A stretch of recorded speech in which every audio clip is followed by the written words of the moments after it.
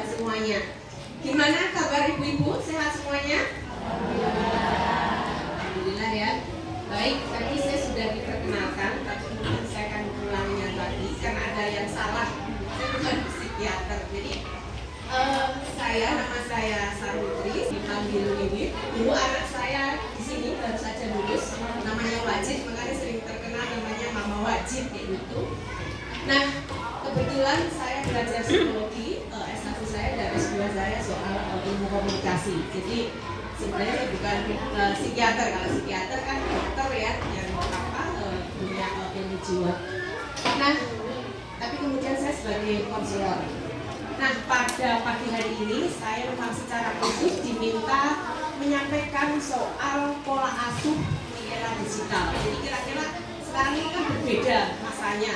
Bukan masa seperti dulu lagi, mungkin pada saat Bapak Ibu dan saya sendiri juga kecil kayak gitu. Sekarang sudah berbeda, banyak sekali transformasinya. Di sini ada berapa bapak-bapak yang hadir? Kenapa disebut pola asuh? Mungkin Bapak Ibu pernah mendengarnya, mungkin lihat di televisi, atau mungkin baca di media sosial, atau mungkin mendengarkan radio. Jadi pola asuh itu juga disebut sebagai parenting. Nah, ini pengertian dari beberapa ahlinya ya. Jadi yang pertama nih menurut Santrok, pola asuh adalah cara atau metode pengasuhan. Jadi cara atau metode pengasuhan yang digunakan oleh orang tua supaya anak-anaknya dapat tumbuh menjadi individu yang dewasa secara sosial. Itu menurut Santrok. Kemudian menurut Morrison, pola asuh adalah pengasuhan dan pendidikan anak-anak di luar rumah secara komprehensif itu menyeluruh, komplit yaitu untuk melengkapi pengasuhan dan pendidikan anak yang diterima dari keluarganya. Jadi cenderung di lingkungan luar rumah. Kemudian menurut Gunarso, pola asuh adalah suatu gaya mendidik yang dilakukan oleh orang tua untuk membimbing dan mendidik anak-anaknya dalam proses interaksi yang bertujuan memperoleh suatu perilaku yang diinginkan. Jadi ada harapan, ada perilaku tertentu yang diharapkan oleh orang tuanya yang harus dicapai oleh anak-anaknya. Nah, kemudian menurut Palupi, pola asuh adalah bagaimana orang tua memberlakukan anak, mendidik, membimbing, dan mendisiplinkan serta melindungi anak dalam mencapai proses kedewasaan hingga kepada upaya pembentukan norma-norma yang diharapkan oleh masyarakat pada umumnya. Jadi semua definisi ini benar. Jadi tergantung tadi ahlinya mau bicara apa dan saat itu penelitiannya ada di mana. Jadi intinya adalah pola asuh itu cara atau metode pengasuhan. Jadi bagaimana ibu-ibu membimbing, mengarahkan anak-anak supaya menjadi lebih baik. Nah, kata baik dalam tanda kutip ini kita coba bahas lebih dalam ya, karena baik itu relatif, setiap orang beda-beda dan juga tergantung waktu, budaya itu juga mempengaruhi. Bisa lanjut. Nah, ini aspek pola asuh. Ada dua. Membahas soal kontrol dan kemudian kehangatan. Apa itu kontrol? Jadi kontrol itu sejauh mana orang tua mengharapkan dan menuntut kematangan serta perilaku yang bertanggung jawab dari anak. Jadi orang tua ini mengharapkan ada tuntutan dari orang tua supaya kemudian anak berperilaku bertanggung jawab. Jadi kemudian sikap yang ketat, misalkan bangun pagi kalau udah sekolah ya, jam 5 sudah harus bangun, sholat subuh dulu, kemudian siap-siap ke sekolah. Itu juga sikap ketat, sebenarnya menanamkan kedisiplinan. Kemudian ada campur tangan.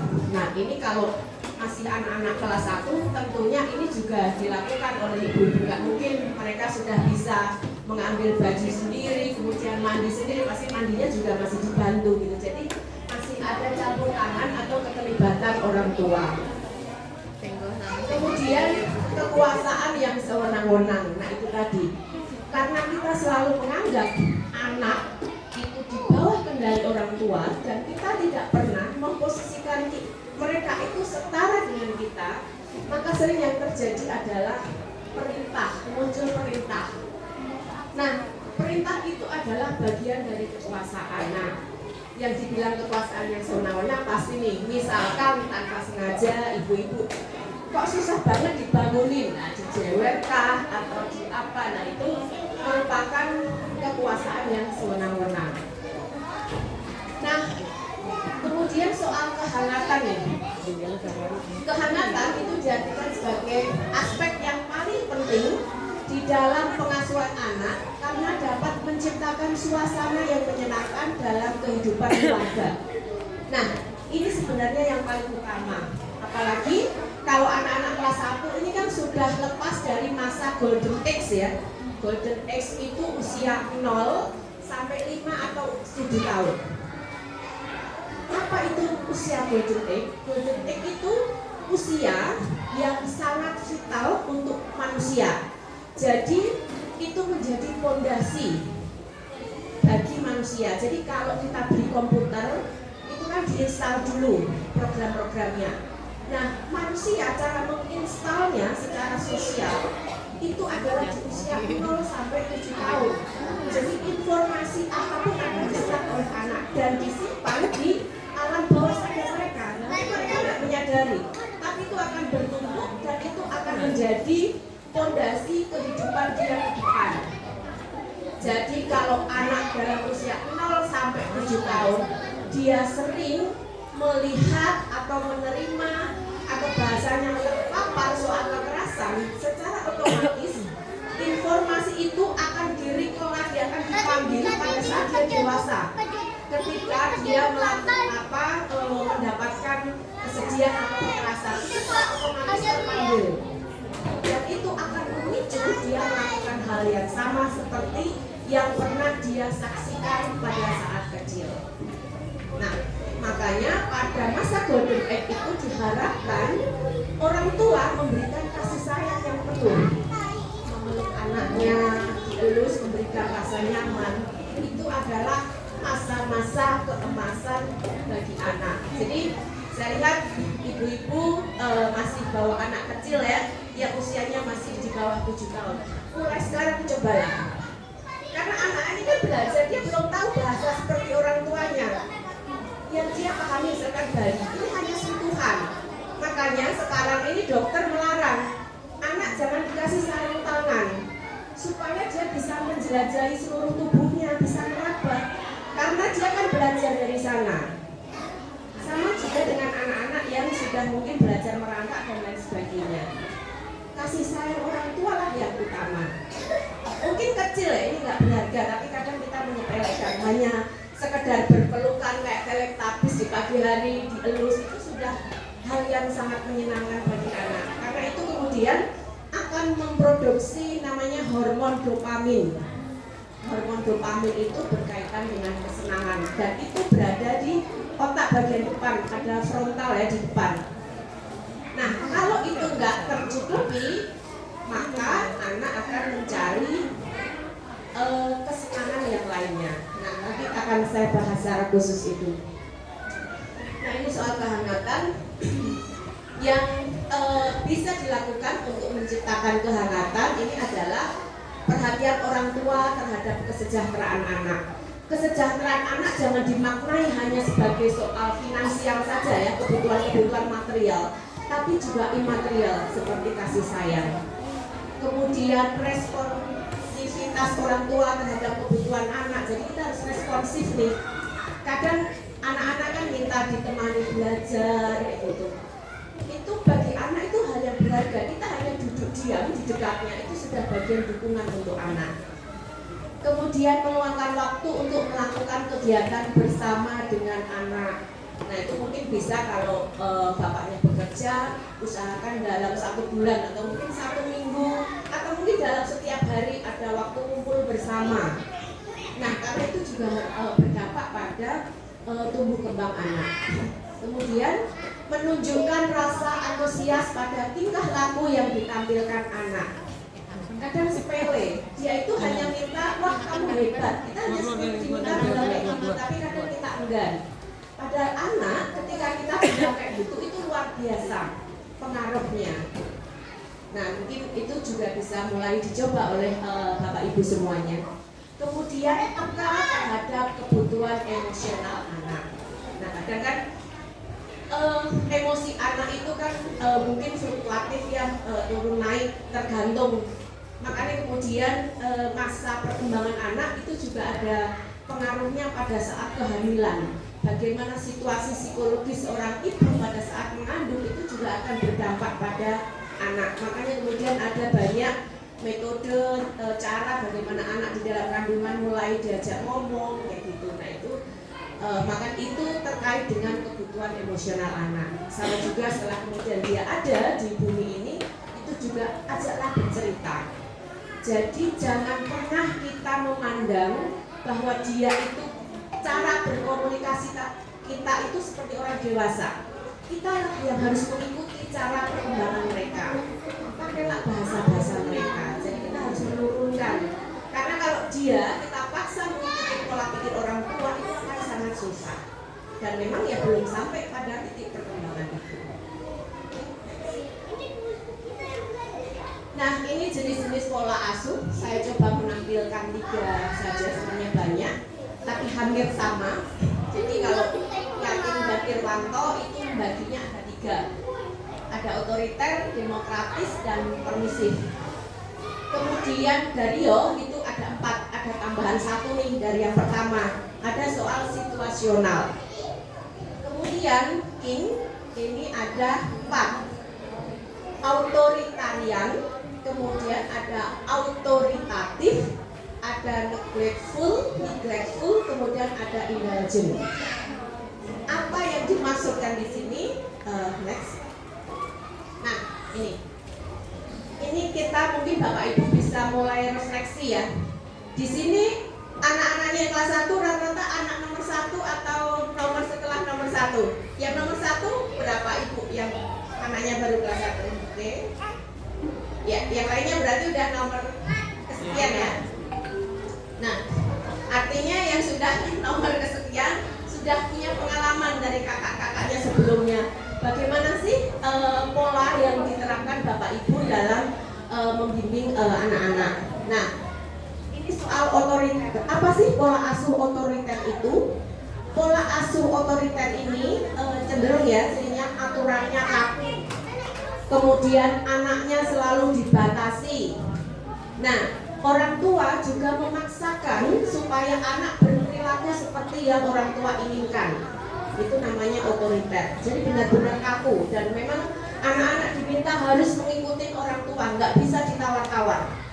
Jadi kalau kamu bangun jam 5, molor sedikit, yang ada tadi kekuasaan yang sewenang-wenang. Nah ini yang otoriter. Kemudian yang 2 itu demokratis. Nah sudah sering dengar ya Bu ya, demokratis itu apa sih demokrasi? Karena kan itu bagian dari sistem pemerintah. Nah demokratis itu adalah sikap terbuka antara orang tua dan anak. Jadi ada keterbukaan antara orang tua dan anak. Nah aturannya pun jadi disepakati bersama. Jadi tidak dibuat oleh orang tua ataupun oleh anak. Jadi disepakati bersama-sama antara orang tua dan anak. Nah, anak di sini juga diberi kebebasan untuk mengemukakan pendapatnya, kemudian perasaannya dan keinginannya. Dan anak juga didorong untuk belajar supaya dapat menanggapi pendapat orang lain. Jadi diminta nih, misalkan dalam keluarga ada diskusi, misalkan anaknya minta sepatu gitu. Nah, itu bukan langsung dibelikan, tapi ditanya sepatu seperti apa yang diinginkan. Akhirnya ada diskusi, oke, karena uang ibu hanya sekian, maka kita nyari sepatu yang seperti ini. Nah, itu atas kesepakatan dua belah pihak. Tapi kan anak sudah diminta bisa mengungkapkan pendapatnya. Itu demokratis. Jadi kemudian untuk yang permisif itu adalah jadi adanya kebebasan yang diberikan pada anak untuk berperilaku sesuai dengan keinginannya sendiri. Jadi diserahkan begitu saja, terserah anak mau ngapain. Tapi ikatan antara orang tua dan anak masih, dia memantau hanya jarak jauh. Misalkan ada yang kemudian anaknya jauh kayak gitu, tidak bisa setiap hari, dia hanya memastikan aja makannya sudah belum, kayak gitu, sekolahnya gimana. Tapi untuk segala sesuatu itu diserahkan sepenuhnya ke anak. Tapi masih ada nih pantauan dari orang tua, masih ada. Jadi orang tua di sini juga tidak pernah memberikan aturan untuk mengarahkan anak, sama sekali tidak memberikan, hanya memantau saja. Itu yang disebut permisif. Kemudian situasional. Nah, kalau situasional ini tidak berdasarkan jenis pola asuh manapun, dia membuat sendiri. Jadi, tapi kemudian dia menerapkannya secara luas sesuai dengan kebutuhan atau kondisi si anak. Jadi mungkin dia juga bisa kadang pakai otoriter, kadang pakai demokratis, kadang pakai permisif kayak gitu. Nah, itu situasional, intinya disesuaikan dengan situasi dan kondisi yang ada pada saat itu. Yang kedua adalah yang selanjutnya adalah otoritarian. Otoritarian itu biasanya kalau ibu-ibu sering mendengarkan berita, kata-kata ini sering dipakai untuk pemerintahan ya, pemerintahan yang otoritarian. Nah, otoritarian ini dia cenderung membatasi dan menghukum. Jadi saya selalu ingat nih, karena zaman Soeharto ini adalah pemerintahan yang otoritarian, karena bagi kami dia selalu membatasi dan menghukum bagi para aktivis lingkungan. Nah, itu saya selalu ingat itu. Nah, intinya adalah otoritarian ini adalah membatasi dan menghukum. Jadi orang tua mendesak anak untuk mengikuti arahan mereka, tapi di sini si orang tua masih menghargai kerja keras anak. Nah, kemudian di sini intinya adalah secara jelas orang tua membatasi dan mengendalikan anak dengan kadang ada pertukaran verbal. Jadi kadang masih ada pertukaran nih karena perdebatan tadi. Pasti sekarang ini kalau yang sudah punya anak lebih dari satu, yang ada kakak-kakaknya setelah yang anak kelas 1 ini pasti mengalami, apalagi situasi di era digital, pasti bantah membantah dengan anak itu sering terjadi. Nah, ini namanya otoritarian. Nah, kalau otoritatif itu mendorong anak untuk mandiri, namun tetap meletakkan batas-batas dan kendali atas tindakan mereka. Jadi anak didorong untuk mandiri, tapi kemudian masih ada nih orang tua, jadi orang tua masih rambu-rambu, kamu tidak boleh ini, tidak boleh itu. Intinya adalah orang tua menghendaki anaknya mandiri. Nah, ini pertukaran juga masih digunakan kayak gitu, karena itu untuk menunjukkan kehangatan serta pengasuhan. Jadi anak benar-benar didukung mandiri. Kita hanya ngasih, oke nak, kamu nggak boleh ini ya, nggak boleh jajan ini, kemudian nggak boleh beli ini, kamu harus bawa bekal dari rumah. Kadang anaknya jangan ya, nggak mau karena nggak ada temanku yang bawa bekal, boleh nggak aku jajan? Nah, itu yang kemudian disebut sebagai otoritatif. Nah, di sini ada juga namanya neglectful. Neglectful itu orang tua tidak terlibat dalam kehidupan anak mereka. Anak-anak merasa bahwa ada hal lain dalam kehidupan orang tua dibandingkan dengan diri mereka. Ini tipis-tipis bedanya dengan permisif.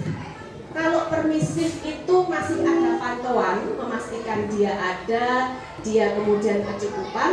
Tapi kalau neglectful ini benar-benar, ya sudah, cuma keluarin procot, habis itu ditinggal, terserah kamu mau hidup kayak apa, seperti apa, dengan siapa. Itu neglectful. Nah, jadi benar-benar orang tua tidak terlibat di dalam kehidupan anak mereka. Nah, kemudian yang indulgent ini orang tua terlibat dengan anak mereka, namun hanya memberikan sedikit batasan pada mereka. Orang tua yang demikian membiarkan anak-anak mereka melakukan apa yang diinginkan. Jadi kalau urutannya paling bawah itu tadi neglectful, kemudian permisif. Nah, indulgent ini di atasnya permisif. Jadi orang tua masih terlibat nih dengan anak, tapi hanya sedikit batasannya. Nah, orang tua juga membiarkan anaknya melakukan apa yang diinginkan oleh anak. Kira-kira sampai di sini perenungan ibu-ibu sesaat yang mana nih pola asuh yang sudah diterapkan? Atau di sini nggak ada semua? Saya nggak minta memahami ilmu yang dia peroleh. Jadi di sini saya mendukung bahwasanya mendapatkan ilmu pengetahuan itu tidak harus bersekolah setinggi langit. Tapi sebenarnya kuncinya adalah bagaimana kita memahami pengalaman yang pernah kita peroleh dan selalu merefleksikan untuk memperbaiki kehidupan selanjutnya. Jadi orang yang aktif melakukan refleksi dalam perjalanan hidupnya itu tidak kalah tinggi ilmunya dengan yang kemudian sudah profesor. Nah, itu cara pandang seorang perempuan ya. Dan dalam keilmuan itu disebut sebagai feminis. Jadi dia menghargai pengalaman-pengalaman perempuan. Perempuan itu luar biasa, pengalamannya banyak.